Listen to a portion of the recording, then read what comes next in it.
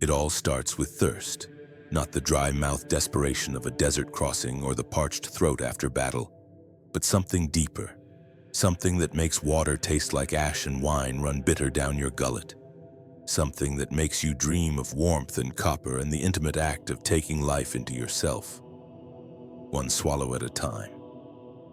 I was a healer once, a proper one, trained in the temples of Julianos in the imperial city, with clean hands and cleaner conscience.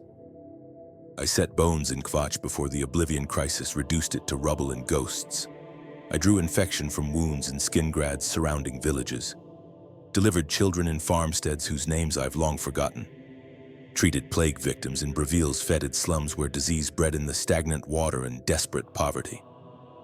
I believed in the sanctity of blood, the sacred fluid that carried life itself through mortal vessels, the river that flowed through every living thing, connecting us all in the great rhythm of existence. I believed blood was meant to stay inside the body, pulsing through veins in rhythm with the heart's steady drum, measured and proper and contained. I was wrong about so many things.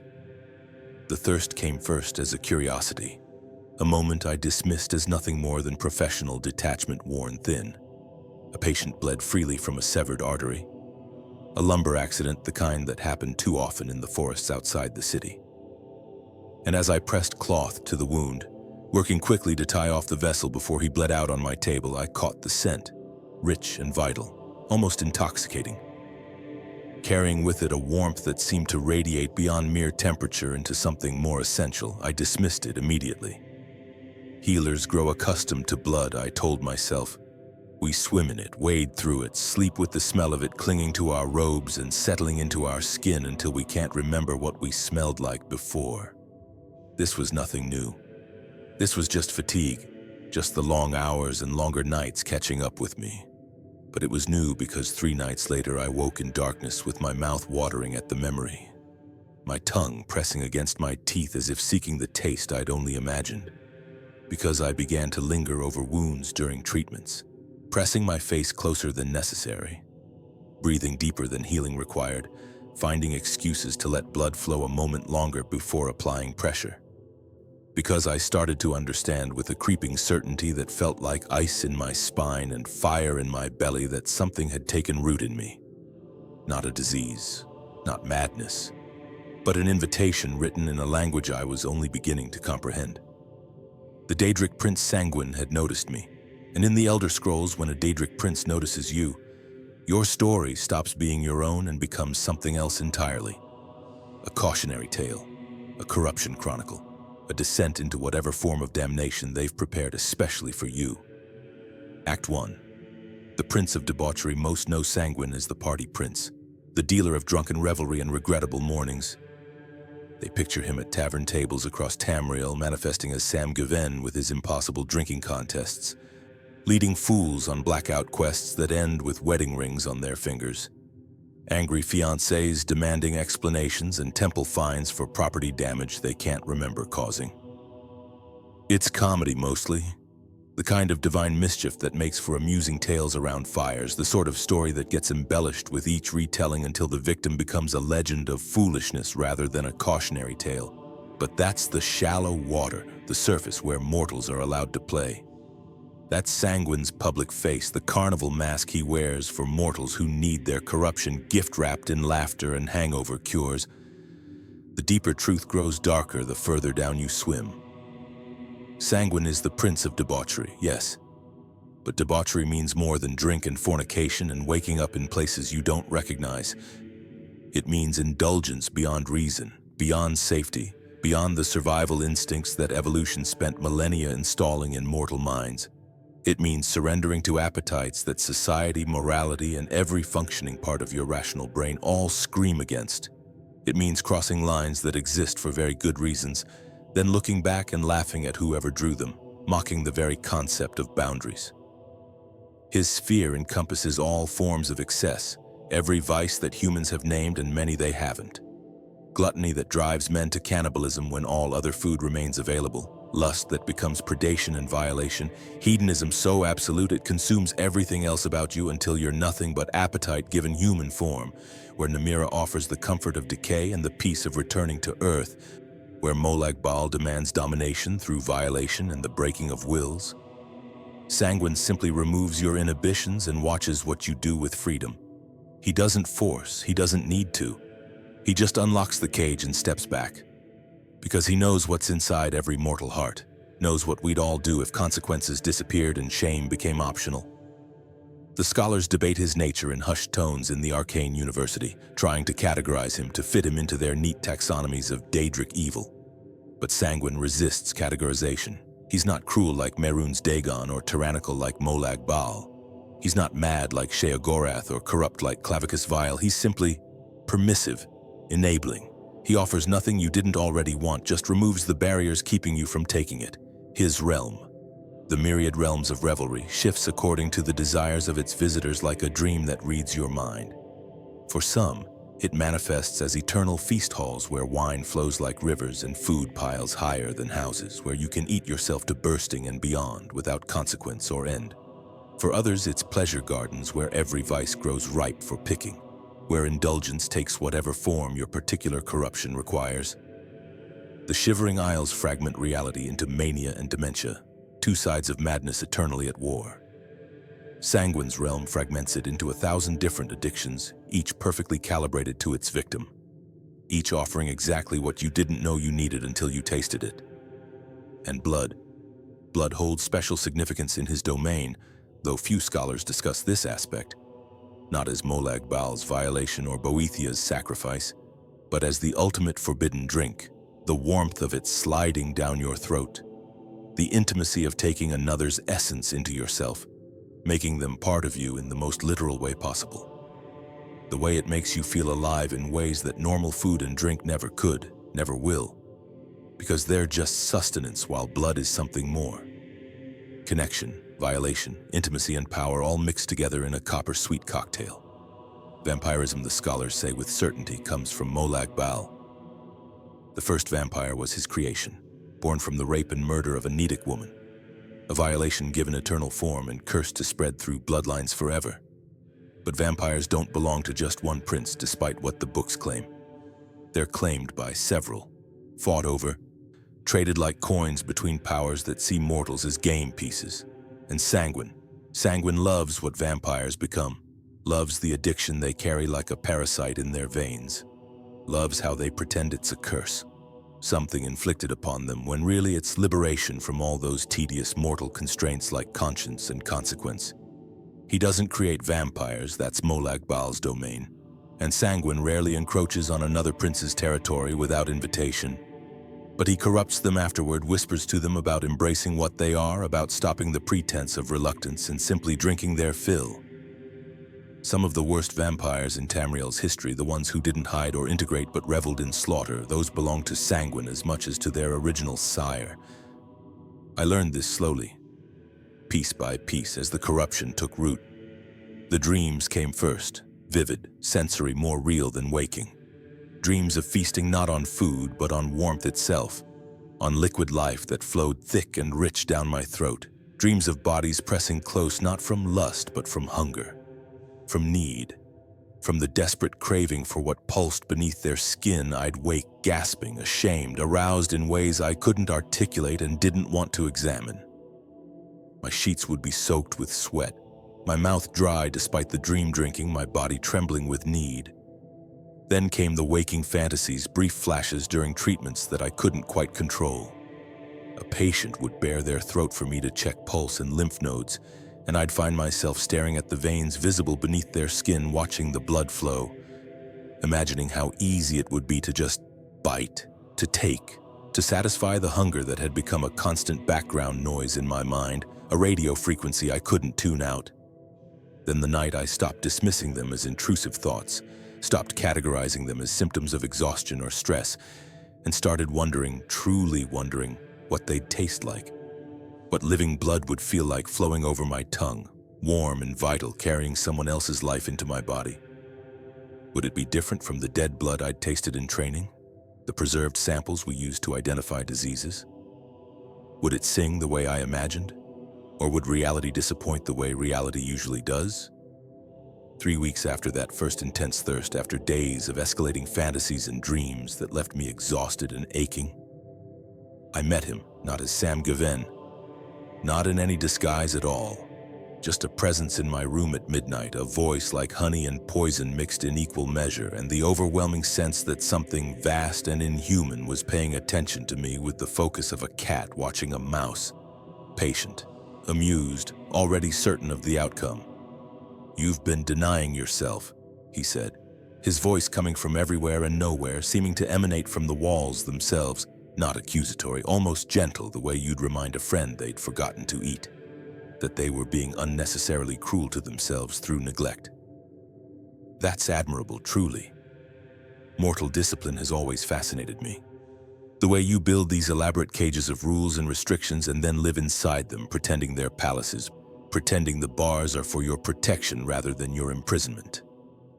I couldn't speak, couldn't move, could only stand there in my nightclothes, ridiculous and vulnerable, while my heart hammered against my ribs hard enough that I wondered if he could hear it, if he fed on fear the way I was beginning to crave feeding on blood. "I'm not here to force anything," Sanguine continued, and though I couldn't see him, I could feel his smile, could sense amusement radiating from whatever dimension he occupied. "I never force. Forces for princes with no imagination, no patience, no appreciation for the artistry of corruption. Molag Bal forces, Mehrunes Dagon destroys, but me? I simply wanted you to know the cage door is open. It's been open all along. You're the one choosing to stay inside, and that's fine. That's your right. But don't pretend you're trapped. Don't pretend you're a prisoner. You're a volunteer." Then he was gone, and I was alone with my thirst and the terrible knowledge that he was right, that every moment of restraint was a choice I was making, and choices could be unmade. Act 2. The progression of appetite. I tried to resist. Of course I did. Every corruption story includes the struggle, the valiant attempt to maintain humanity against the tide, the hero's desperate battle against their own darker nature. It's expected, it's necessary. It's the difference between falling and jumping, between victim and volunteer.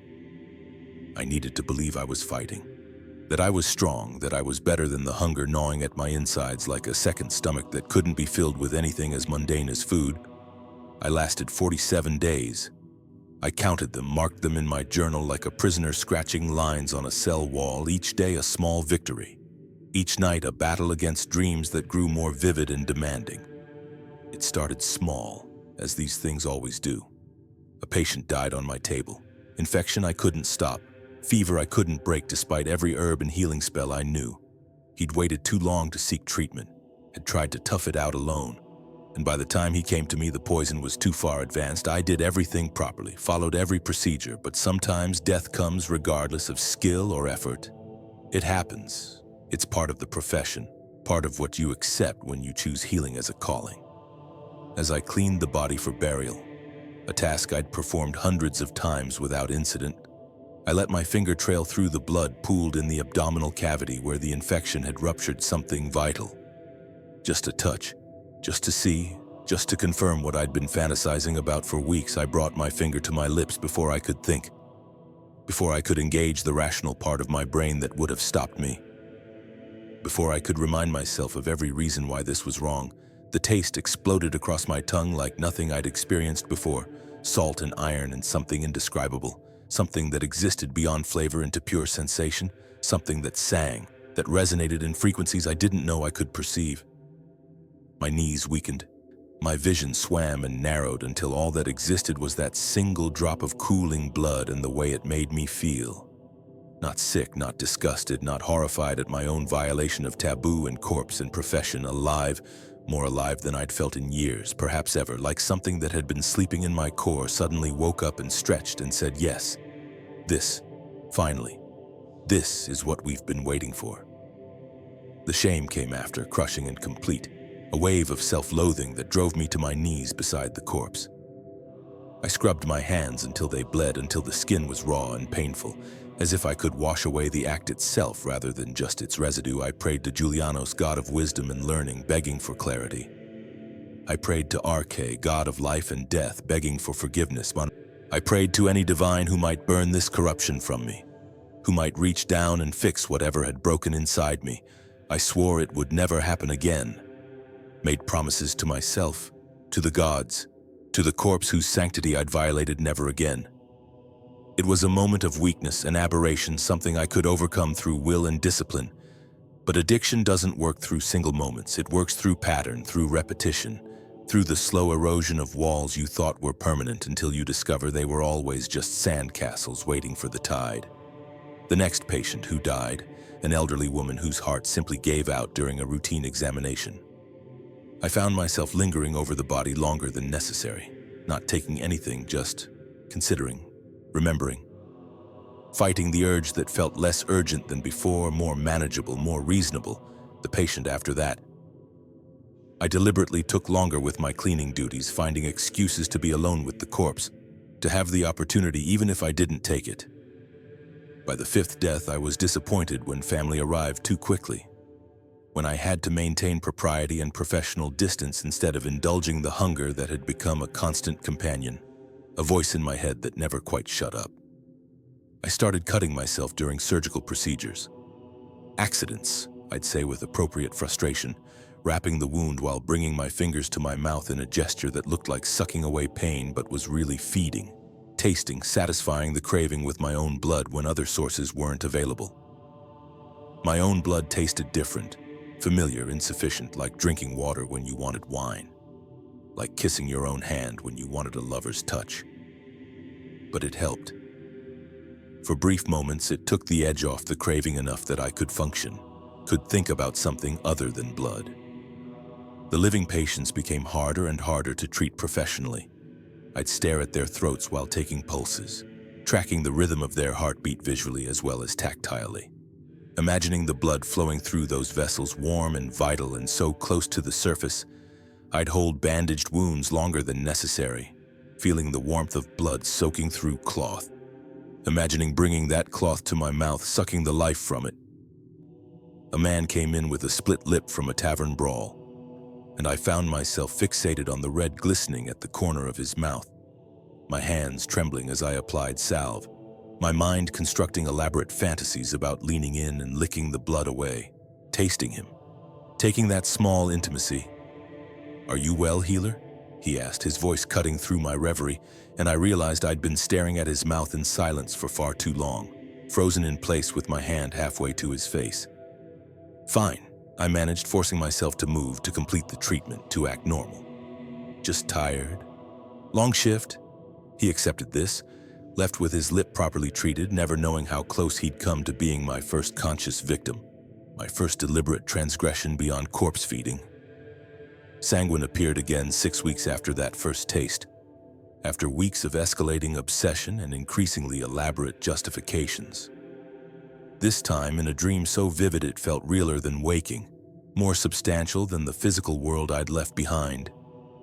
We stood in a garden where the flowers were made of crystallized blood, each petal a perfect ruby of frozen vitality, where trees dripped blood from every branch like sap, where the very air tasted of copper and life.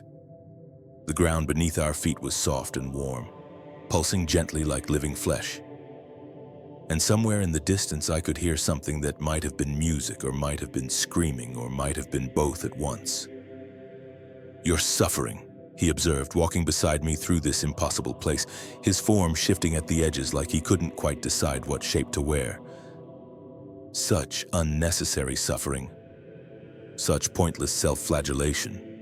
You think you're being virtuous, maintaining your humanity, but you're just being stubborn. You're choosing pain when pleasure is freely available. It's almost admirable in its stupidity.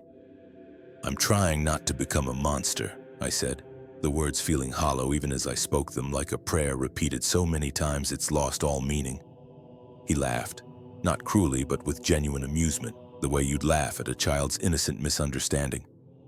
"Monster, that word again, mortals love their categories, don't they?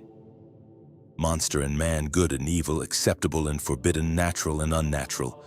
But these are just lines you drew yourselves, arbitrary distinctions that help you sleep at night. Nature doesn't recognize them, desire doesn't recognize them. The blood flowing through every living thing doesn't care about your moral philosophy. Why should you?"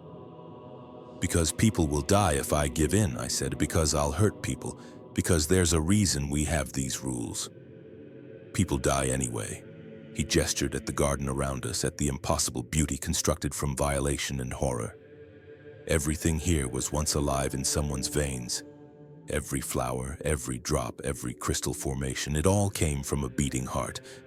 And where are those hearts now? Stopped, dust, gone. You didn't kill them by wanting their blood. Death killed them, as death kills everything. You're just acknowledging a truth that makes others uncomfortable. That blood is wasted in corpses, that life should feed life, that there's poetry in the cycle of consumption, I wanted to argue. Wanted to reject his logic, to cling to the moral certainty I'd built my life around, the ethical framework that gave my work meaning, but standing there in that garden of impossible beauty, surrounded by crystallized atrocity that somehow looked like art, the words wouldn't come. Because part of me, a growing part, agreed with him. Part of me had always agreed, had just been waiting for permission to admit it. The thirst will only grow stronger, Sanguine said softly, almost tenderly, like a parent preparing a child for inevitable truth. You can resist it, certainly. You can white-knuckle your way through decades of denial, never quite satisfied, never quite yourself, always wondering what you're missing, always feeling that hollow ache that normal food and normal drink can't touch. You can spend your whole life fighting what you are, and maybe you'll win, maybe you'll die having never fully given in, and what a victory that would be. A lifetime of suffering in service of a morality that no one will thank you for. He paused, letting the words sink in like poison into a wound. Or he let the word hang between us, pregnant with possibility, with damnation, with the promise of satisfaction I'd been denying myself for months. Or you could stop fighting, stop suffering, accept what you're becoming, and discover what lies on the other side of that acceptance. See if the monster is really as monstrous as you've been told. Or if that's just propaganda from people who've never felt what you feel, never wanted what you want, never understood the ecstasy of blood on your tongue. I woke with the taste of blood in my mouth, though I knew I'd eaten nothing, had bitten nothing.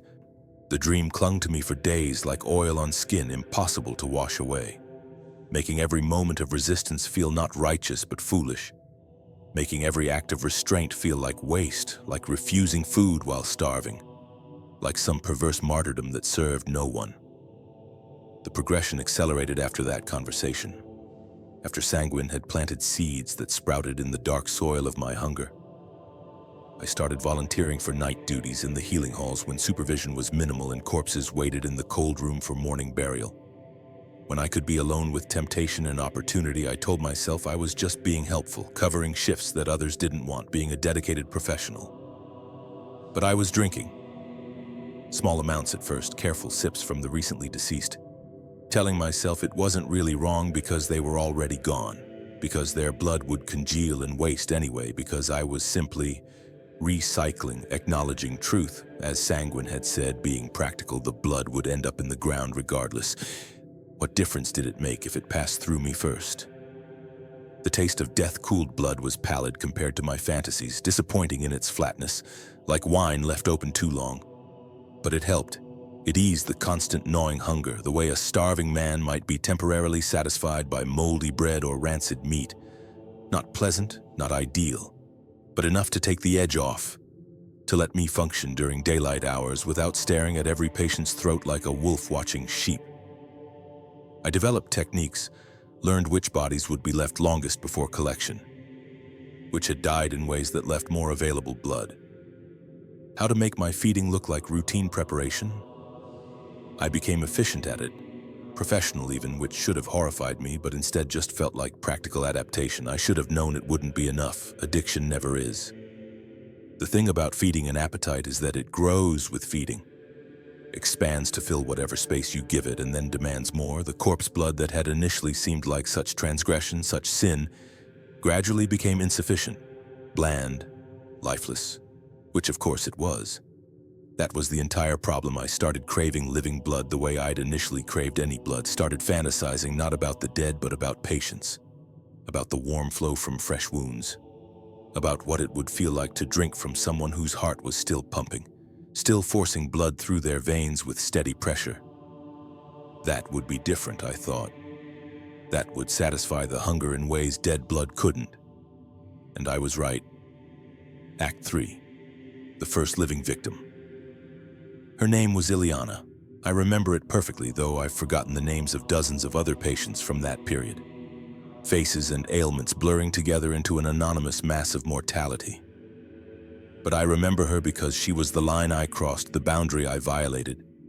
The moment I stopped being a healer who drank from corpses and became a predator who fed from the living. She came to the healing halls on a rain-swept evening in last seed, clutching her side where a robber's knife had opened her skin during an attempted mugging in the market district. Not deep. The blade had skittered along ribs rather than sliding between them, deflected by bone and luck. But bleeding freely enough to soak her dress dark and drip onto the floor as she walked, she'd fought the robber off, she said with pride. Had kicked him hard enough to make him run. Now she just needed the wound cleaned and stitched so it wouldn't fester. She was alone, no family, no friends accompanying her. A traveler passing through the city, she explained, which meant no one local would notice if she disappeared for a few hours. If she disappeared at all, no one would come asking questions, demanding to know why treatment took so long, what exactly had happened in that back room. I shouldn't have noticed these things, shouldn't have cataloged them automatically, filed them away as relevant information, as tactical data. But I did. Because the hunger had evolved beyond simple craving into something colder. Something that calculated, something that planned. The part of me that was still a healer felt horror at this development, but that part was growing smaller every day, its voice fading to a whisper I could easily ignore. "You'll be fine," I told her, guiding her to a treatment room in the back, isolated, private, away from the main hall where other healers worked, perfect for what I was planning, though I hadn't consciously acknowledged I was planning anything yet. "It looks worse than it is. Let me clean the wound properly and you'll be on your way." She relaxed, visibly trusting. Why wouldn't she? I wore the robes of a healer, had the manner and certificates of a professional, carried myself with the competence earned through years of legitimate practice. I radiated trustworthiness and care. She couldn't smell the addiction on me, couldn't see the hunger behind my eyes, couldn't sense how my hands trembled slightly as I gathered supplies, not from nervousness but from anticipation. I cleaned the wound slowly, methodically, using more water than necessary, taking my time. The blood was so fresh, so vital, still carrying body heat. It ran warm over my fingers as I worked, and the scent, gods, the scent made my mouth water, made my vision narrow to that single crimson line flowing down her pale side, made everything else in the world fade to insignificance. "You're bleeding quite a lot," I said, keeping my voice steady and clinical, channeling every bit of professional authority I'd developed over years of practice. "I'll need to apply pressure for a while, make sure we've stopped it completely. This might hurt." I pressed cloth to the wound, but my other hand went to her throat, ostensibly to check her pulse, to monitor for shock, standard procedure for significant blood loss. But really to feel the blood moving beneath her skin.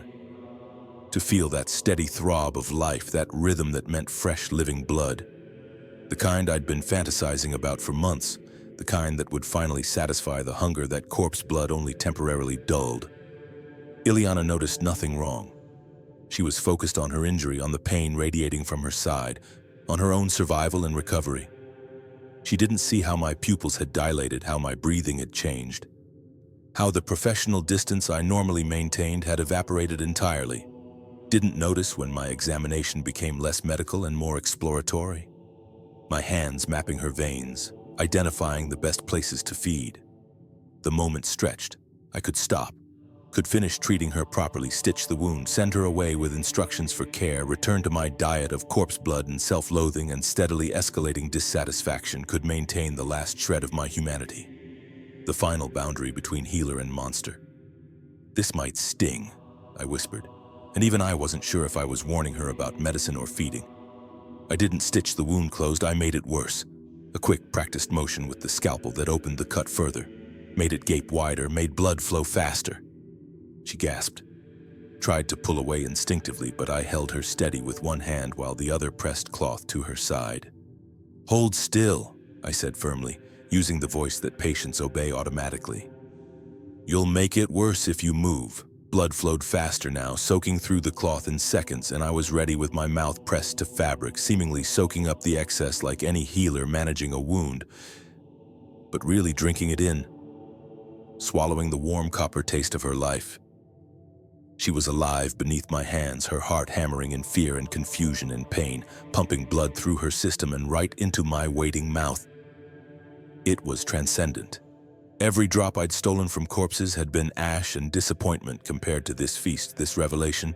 Living blood tasted of everything dead blood lacked. Warmth, yes, but also vitality. The electric sensation of life transitioning directly from her veins into mine. It was intimate beyond words, beyond sex, beyond any connection I'd experienced in my life. I was taking her into myself, making her part of me, sharing in her life force in a way that felt almost spiritual.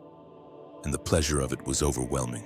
A full-body experience that made every nerve sing and every previous joy seem pale by comparison. I drank until she started to weaken, until her protests became confused mumbles, until her skin turned waxen and cold and clammy under my hands. Only then did survival instinct override ecstasy. Did some remaining fragment of self-preservation kick in. I couldn't let her die. Not here, not obviously murdered. Not in a way that would bring questions and investigations and the end of my access to patients. I stitched the wound properly then, working with shaking hands and blood-sticky fingers, channeling muscle memory from thousands of previous procedures, because conscious thought was impossible. I gave her water, made her drink despite her confusion, told her in my most authoritative voice that she'd had a worse reaction to blood loss than expected, that some people just bleed more than others, that it happened sometimes, but she'd be fine. She was too weak to argue, too confused to question the discrepancy between wound size and blood loss, too focused on the dizziness and nausea to wonder why a simple knife cut had nearly drained her, when she could walk, barely supported by my arm. I sent her away with instructions to rest, to eat iron-rich foods, to drink plenty of fluids, to return if the dizziness persisted or if fever developed.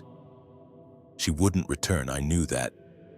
She'd leave the city as planned, continue her travels, tell herself the healer had been odd but ultimately helpful, never understanding how close she'd come to becoming a corpse in my treatment room. Never knowing that she'd been the first, the boundary crossed, the point of no return, and I sat alone in that back room, licking the last traces of her blood from my fingers, and felt something inside me die even as something else roared to terrible life. The guilt I expected didn't come. The shame that had crushed me after tasting corpse blood was strangely absent. Instead, I felt satisfaction, completion. The rightness of having finally fed properly, having finally satisfied the hunger that had plagued me for months. I'd crossed a line I couldn't uncross. I'd taken from the living. I'd used my position, my trust, my skills not to heal but to feed, turning a patient into prey, a healing hall into hunting ground, and the worst part, the truly damning part that I understood with perfect clarity as I sat there in the blood-spattered room, was how little guilt I felt, how the shame was already fading, drowned out by satisfaction and the knowledge that I could do this again. Would do this again? Sanguine appeared that night not in a dream but in my waking room, manifest and grinning, more solid than he'd been before, as if my transgression had given him greater purchase on reality. "There you are," he said warmly, like greeting an old friend returning from a long journey. "Welcome to the other side of the cage, my dear corruptible healer. How does freedom taste?" "Like copper," I whispered, still tasting Ileana on my tongue. Still feeling the warmth of her blood settling in my stomach. "Like life." "Yes," he agreed, settling into a chair that hadn't been there a moment before. "It does. And you can never go back, you know. Oh, you can stop feeding. Mortals are capable of extraordinary self-denial when sufficiently motivated. But you'll never stop wanting it, never stop remembering how good it felt. The cage door is open now, and even if you walk back inside, you'll always know it's unlocked." He was right, I knew he was right. And knowing changed nothing. Act 4. The Spiral of Indulgence. The second victim was easier than the first, the third easier still. By the 10th, I'd developed a comprehensive methodology. Travelers were safest, people with no local connections, those who wouldn't be missed or whose disappearance wouldn't lead back to me. I learned exactly how much blood I could take without killing, how to manufacture plausible reasons for blood loss, how to manipulate my patients into positions where feeding was possible and explanations were unnecessary.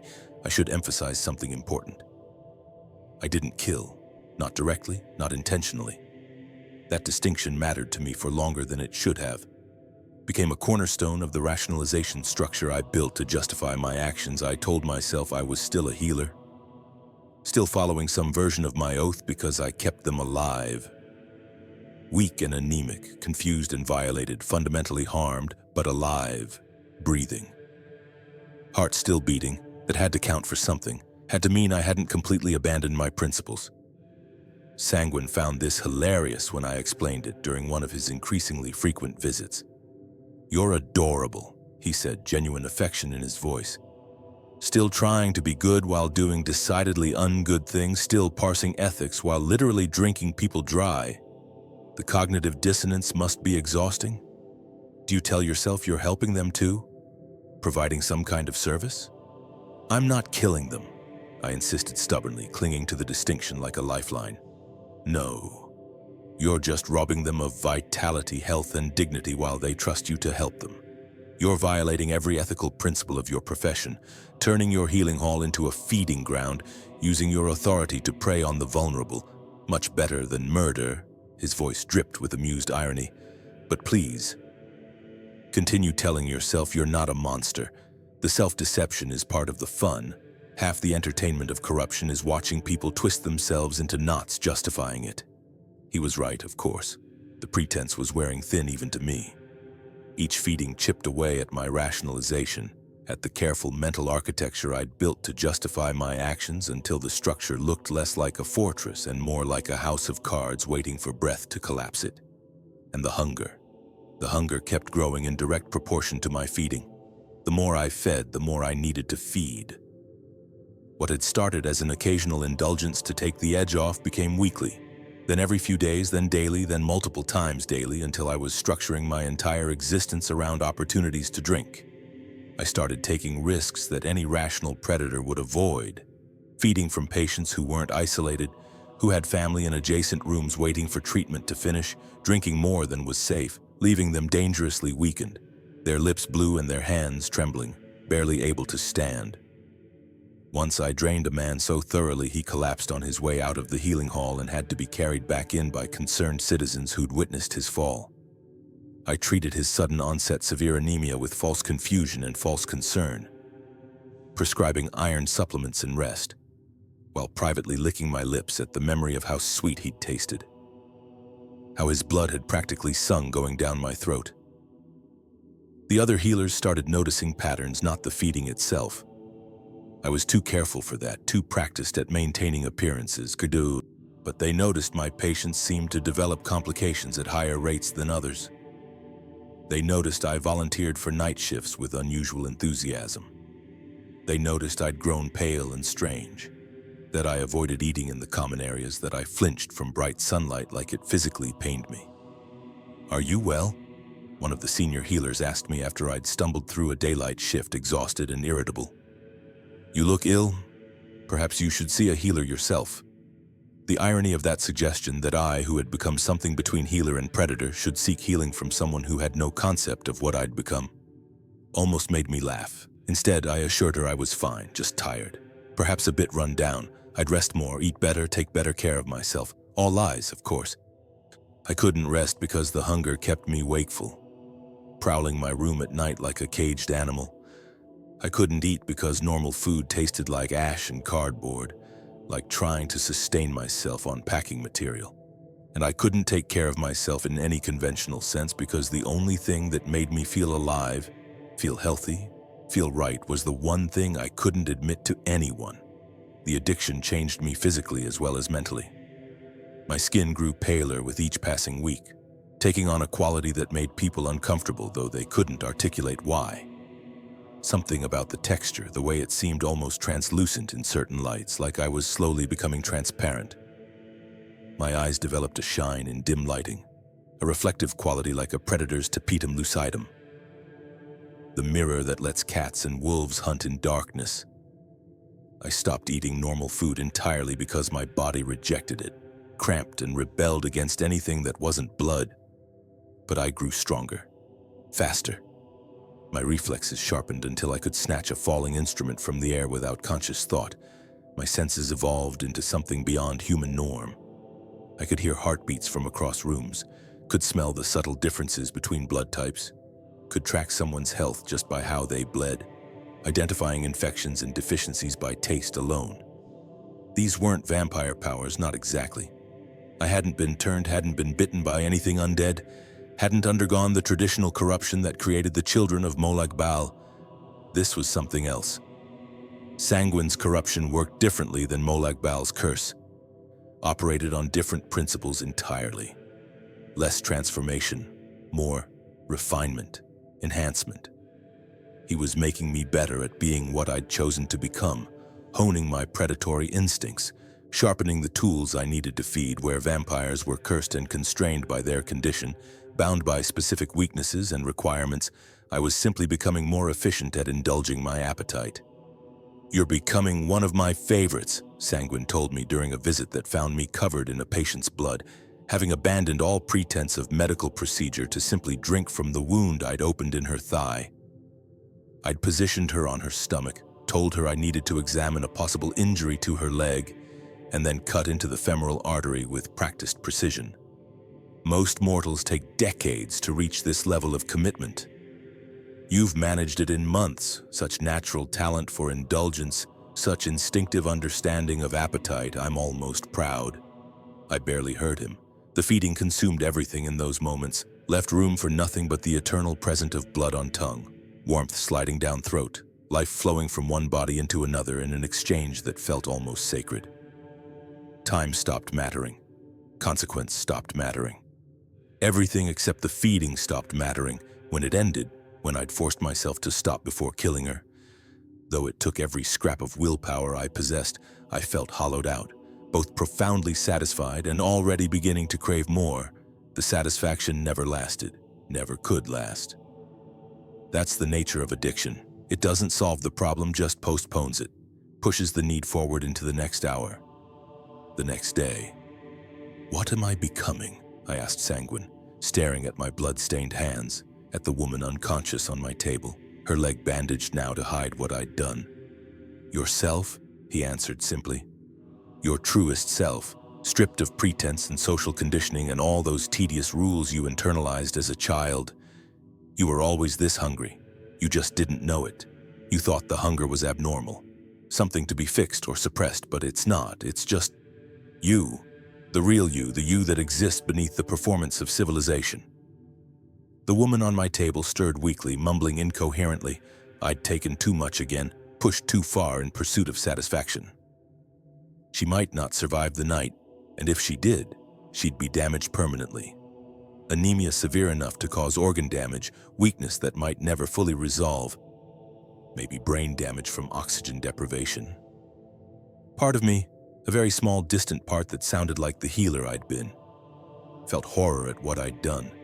But mostly I felt annoyed at having to stop, at having to let her keep the blood still in her veins when it would taste so much better in my mouth when she was going to waste it on trivial things like living. I was losing myself, or finding myself. Increasingly I couldn't tell the difference, and increasingly I didn't care which it was. The spiral accelerated. I started supplementing my patient feeding with hunting in the city's underbelly. The beggars and addicts and prostitutes who wouldn't be believed if they reported attacks, who society had already discarded and forgotten. I'd approach them with offers of money for blood, framing it as some kind of medical research. A rich noble's eccentric hobby, most accepted, the desperate always accept.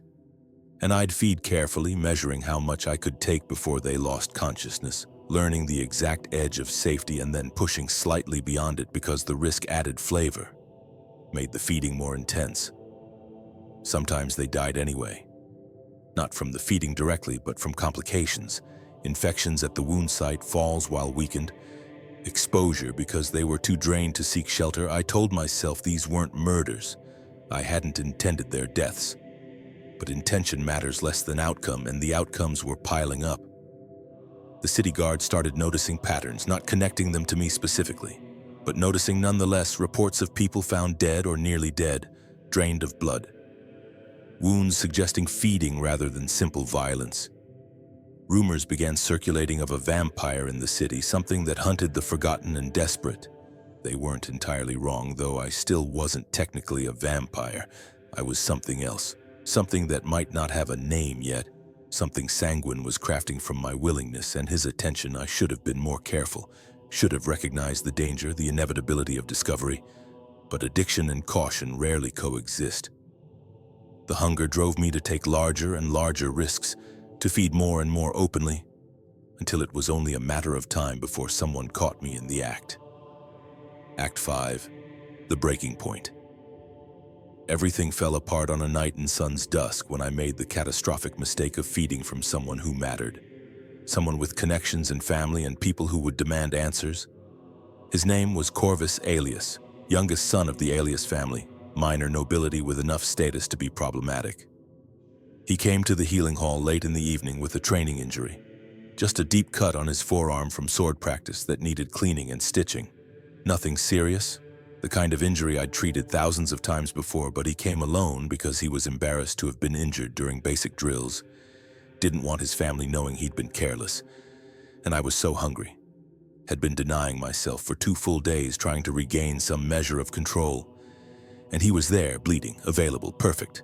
I should have sent him away, should have called another healer, claimed exhaustion, recognized the danger of feeding from someone whose disappearance or harm would trigger investigations. But addiction doesn't do risk assessment well. It only sees the next fix, the next opportunity, the next moment of transcendent satisfaction. Everything else becomes noise, irrelevant details that can be worried about later.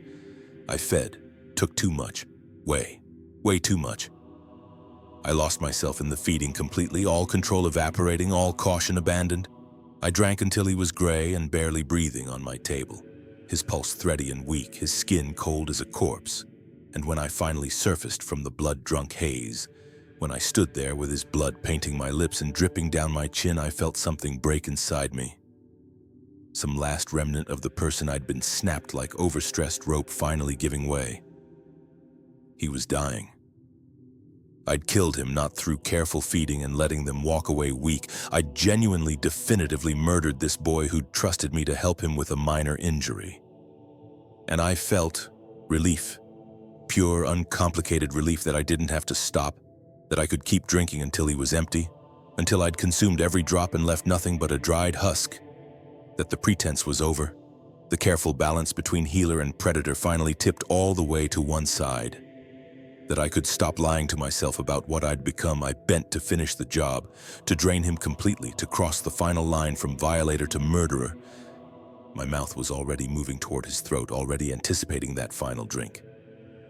When the door burst open, another guard stood there.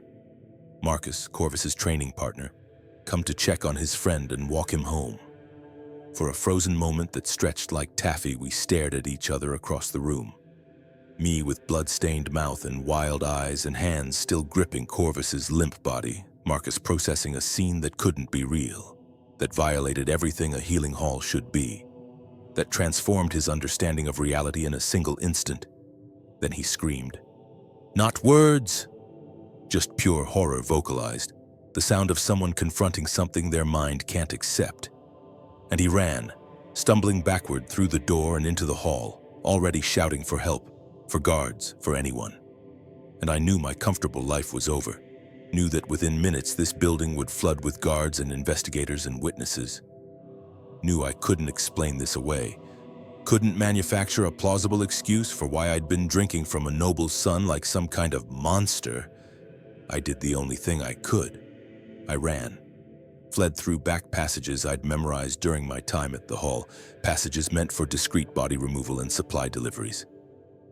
Out into the city night while behind me I could hear shouting, hear Marcus's hysterical explanations, hear the organized chaos of a manhunt beginning. Corvus survived barely. They found him in time, transfused blood from volunteers, used every healing spell and potion available. But his testimony was damning, coherent enough despite the blood loss and trauma. The healer who'd attacked him, who'd drunk from him like some kind of vampire, who'd nearly murdered him in what should have been the safest place in the city. Except I wasn't a vampire. Couldn't be identified or hunted using established methods for dealing with the undead.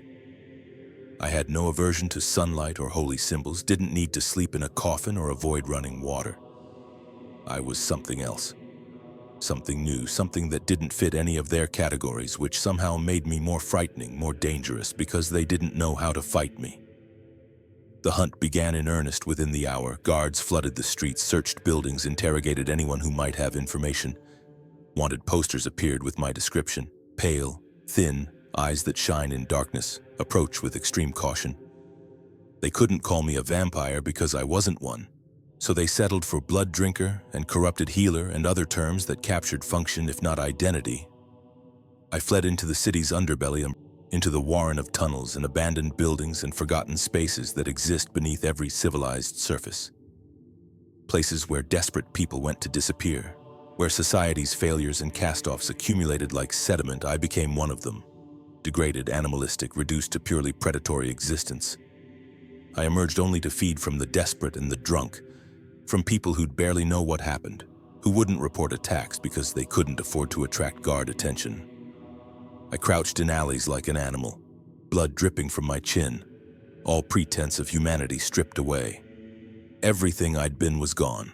The healer, the scholar, the person who'd wanted to help people, all of it dissolved, leaving only hunger.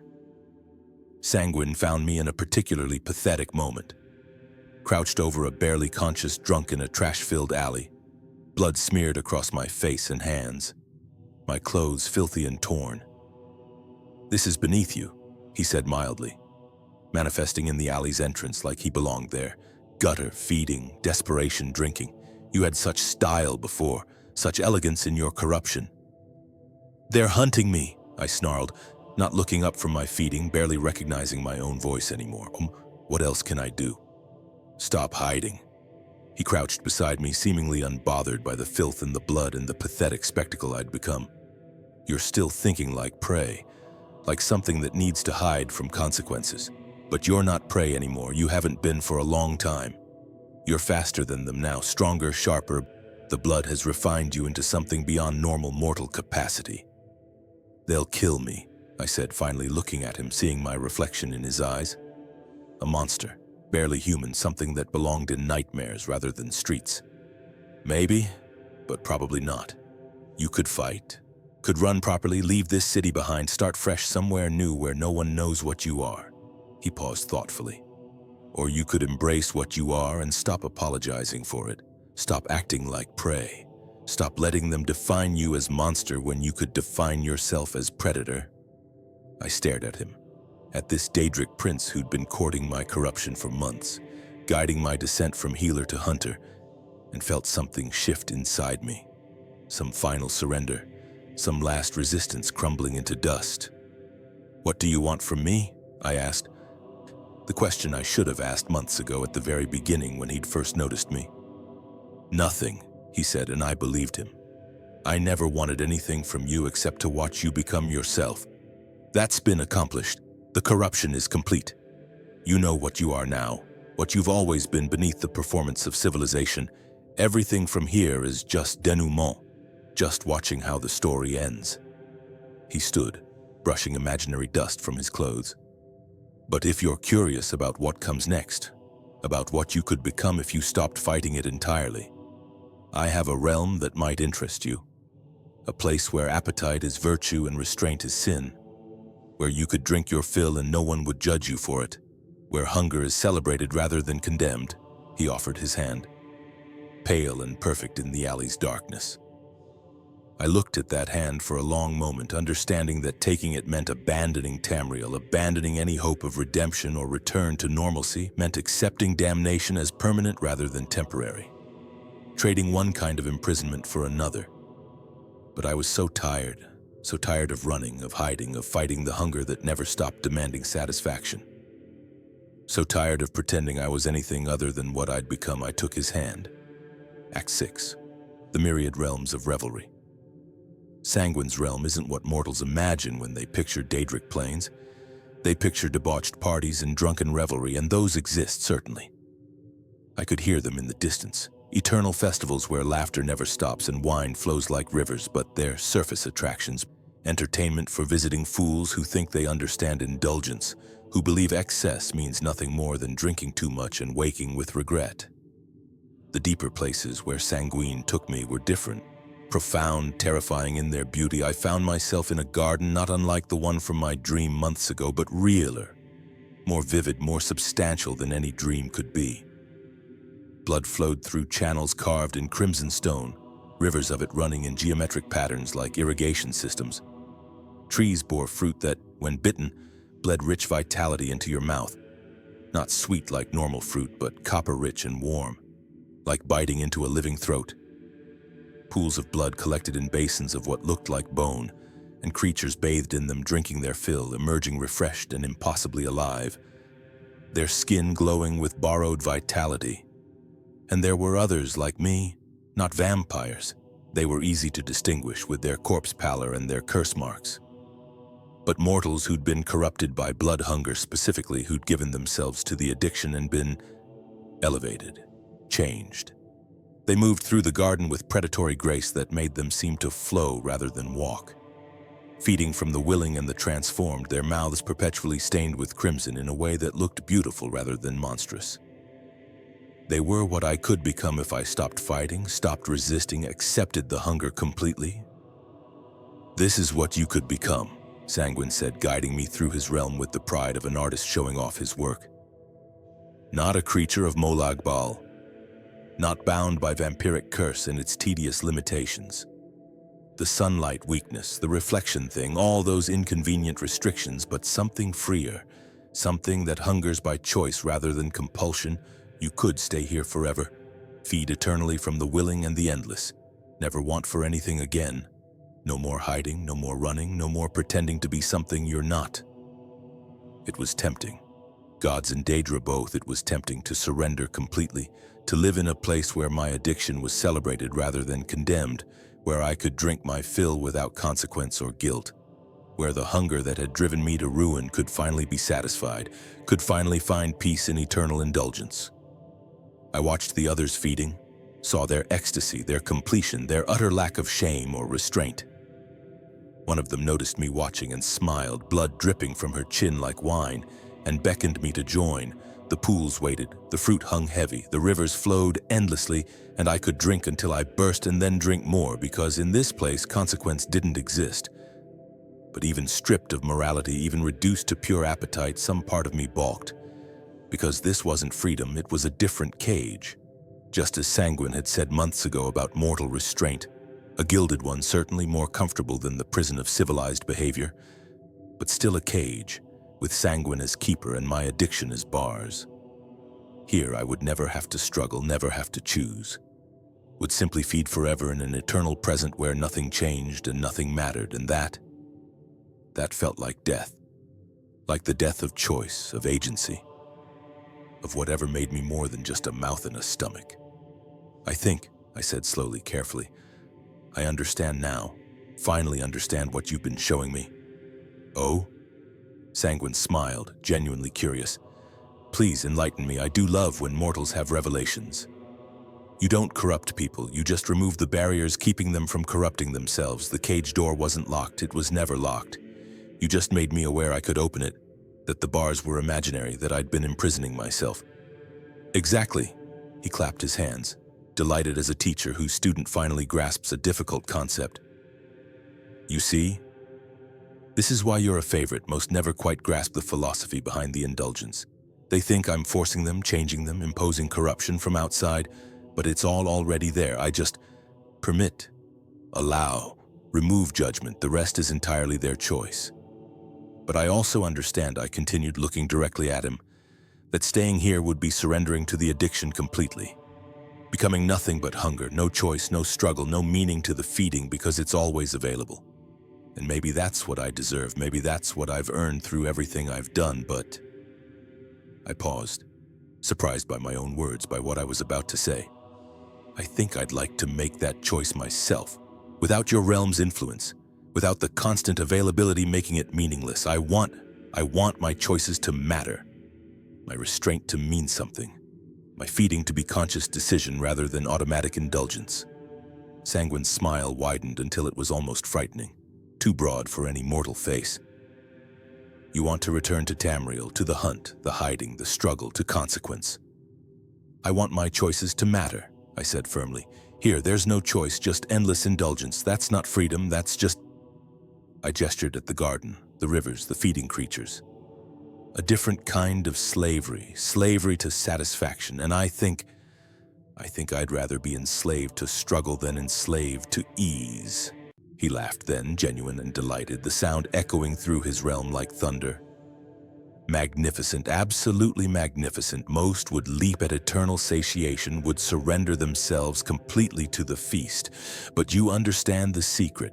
Addiction is only interesting when you could theoretically resist, when satisfaction requires effort, risk, consequence. When feeding means something because you could choose not to. He waved his hand dismissively, and I felt reality beginning to shift around me, the garden fading at the edges. Go then. Return to your mortal realm with all its tedious restrictions. Feed or don't feed, kill or don't kill, find redemption or find damnation, I genuinely don't care. You've already given me what I wanted. Which is? I asked, feeling myself being pulled back toward Tamriel, toward mortality and consequence. The entertainment of watching you wrestle with yourself. The joy of seeing someone discover they're not who they thought they were. That the self is more fluid and corruptible than they imagined. That's all corruption really is, revelation, showing people their own truth and watching how they react to it. His voice followed me as I fell backward through dimensions. You'll never be free of the hunger, never be redeemed. But you'll also never be entirely enslaved by it because you chose to leave paradise. That makes you far more interesting than the ones who stayed. And then I was back in the alley, crouched over the still-breathing drunk with blood on my lips and a choice to make. I made it. Chose to walk away, to let him live, to begin the long road of learning to control the hunger rather than being controlled by it, not redemption. I'm too far gone for that, too stained by what I've done, but maybe something better. Understanding, acceptance of what I am without surrendering to it completely. I left the city that night. Disappeared into the wilderness where hunting was easier and less likely to attract attention. I feed still. Probably always will. The hunger is permanent, carved into me deeper than bone. But I hunt carefully now, choose victims who'll survive, take only what I need rather than what I want. I'm not redeemed, but I'm not enslaved either. Not to morality, not to addiction, not to sanguine. I'm just myself. Finally, completely, terribly myself. A monster who chooses when and how to be monstrous. A predator who decides which prey lives and which dies. A blood drinker who maintains enough humanity to hate what they are while doing it anyway. Sanguine still visits sometimes in dreams and visions, checking on his favorite project. He doesn't push anymore, doesn't need to. The corruption is permanent, the transformation complete. But he taught me something valuable. Something that might be the only wisdom worth having. That damnation and salvation are less important than agency. That becoming a monster matters less than choosing what kind of monster you become. That freedom isn't about escaping your nature, but about deciding how to express it. I drink blood still, hunt people still, violate everything I once believed about healing and helping and doing no harm. But I do it consciously, deliberately, with full knowledge of what I am and what I'm doing. That doesn't make it better, doesn't absolve me, doesn't earn me any moral credit, but it makes it mine. My choice, my corruption, my damnation, earned and owned rather than inflicted from outside. And that was always the point. That was what Sanguine wanted to show me from the very beginning. Not that I should become a monster, but that I already was one, and the only question was whether I'd admit it or keep lying to myself. I admitted it, embraced it, and in that embrace found something that might not be redemption, but at least resembles truth. The hunger never stops, never will. But I choose when to feed it, how to feed it, who feeds it, and in that choice, in that thin margin of agency between compulsion and surrender, I found whatever's left of myself. It's not much, but it's mine. And in the Elder Scrolls, where Daedric princes play games with mortal souls and corruption wears 1,000 faces, maybe that's the only victory possible. Not purity, not redemption, but conscious decision about what kind of damned you'll be. Sanguine taught me to open the cage door, but I chose whether to stay inside, to walk out, or to live in the doorway, one foot in each world, belonging fully to neither. That's what happens when Sanguine corrupts you. Not transformation, not violation, just revelation. The slow, terrible discovery of what you were always capable of, What you always wanted, what you always were beneath the performance of civilization. And once you've seen that truth, once you've tasted that freedom, you can never go back to not knowing. The cage door is always open now, always unlocked, and that's the real corruption. Not what you do with that knowledge, but the fact that you have it at all.